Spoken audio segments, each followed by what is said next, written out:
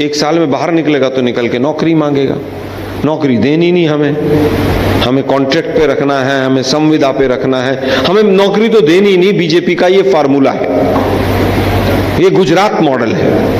और ये Gujarat model Ahmedabad municipal corporation से शुरू हुआ था। आईएएस पीसीएस के अलावा सब कुछ कॉन्ट्रैक्ट पे है। वहां 2-4 अधिकारी आरएसएस के पिट्ठू बैठे हुए हैं, वो केवल पूरे म्यूनिसिपल कॉर्पोरेशन को चलाते हैं। एक रिटायर्ड अधिकारी हैं, वो चलाते हैं। वही मॉडल ये पूरे देश में अप्लाई करना चाहते हैं।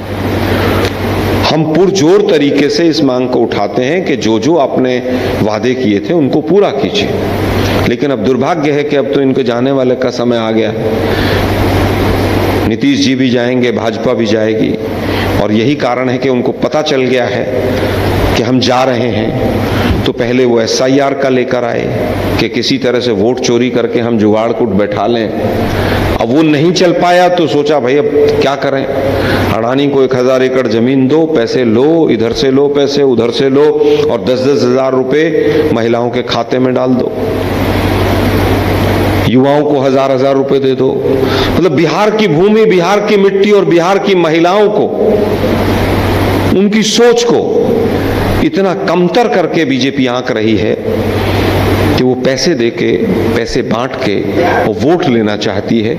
बिहार की महिला हिंदुस्तान के किसी भी कोने में रहे, वो सबसे पहला काम करती है, चाहे वो शाम को खाना नहीं खाएगी, वो अपने बच्चों को पढ़ाना चाहती है। मैं बड़े गर्व से कहना चाहता हूं, मैं जिस भी प्रांत से आता हूं, बिहार की महिलाओं में ये गुण हमेशा से मैंने देखा है। बिहार की महिलाओं को बीजेपी कमतर करके आंक रही है।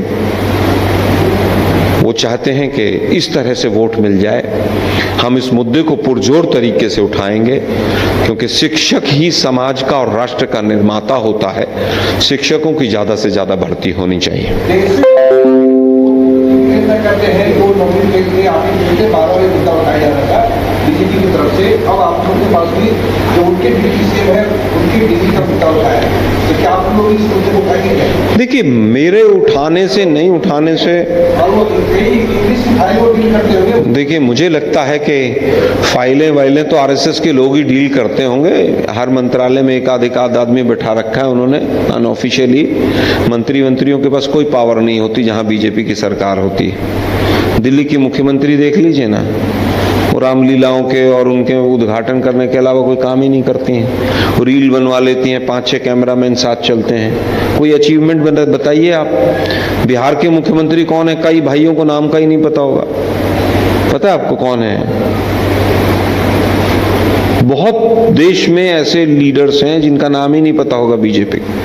जब आधा कोरोना चला गया था तो लेबर मिनिस्टर का नाम नहीं पता था। जब लेबर पलायन कर रही थी, हिंदुस्तान में लेबर मिनिस्टर कौन है, कई प्रवक्ताओं से पूछा, नहीं पता था। तो ये बीजेपी का मॉडल है।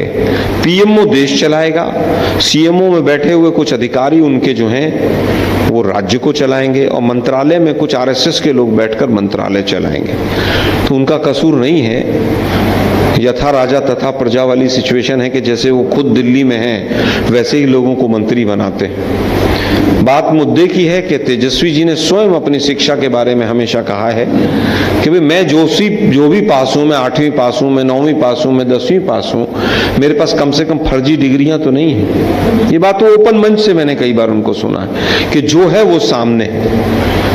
के कामराज भी 5वीं पास थे, लेकिन वो तमिलनाडु के लिए ऐसी मॉडल्स लेकर आए खाने के, और मिड डे मील उस समय पर कांग्रेस के अध्यक्ष रहे और भारत रत्न मिला उनको।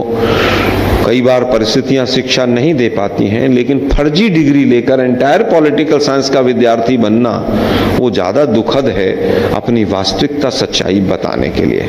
शहर की भीड़ से बोर हो गए हो? तो चलिए आज नए वाइब में आपको लेके चलते हैं, जिसका नाम है वैदिक विलेज। एम्स पटना से 10 मिनट की दूरी पर नौबतपुर में स्थित ये सोसाइटी सिर्फ आपके लिए है। यहाँ पे मेन रोड 30 फीट की है, रिंग रोड 24 फीट की है और ब्रांच रोड 20 फीट की है। यहाँ मिलेगा आपको स्विमिंग पूल, जॉगिंग ट्रैक, मंदिर और 24/7 सिक्योरिटी कैमरा जैसी बेसिक एमिनिटीज। शांति और सुकून से भरा प्लॉट चाहिए तो सोचना बंद करो, अभी कॉल करो नीचे दिए हुए नंबर पे।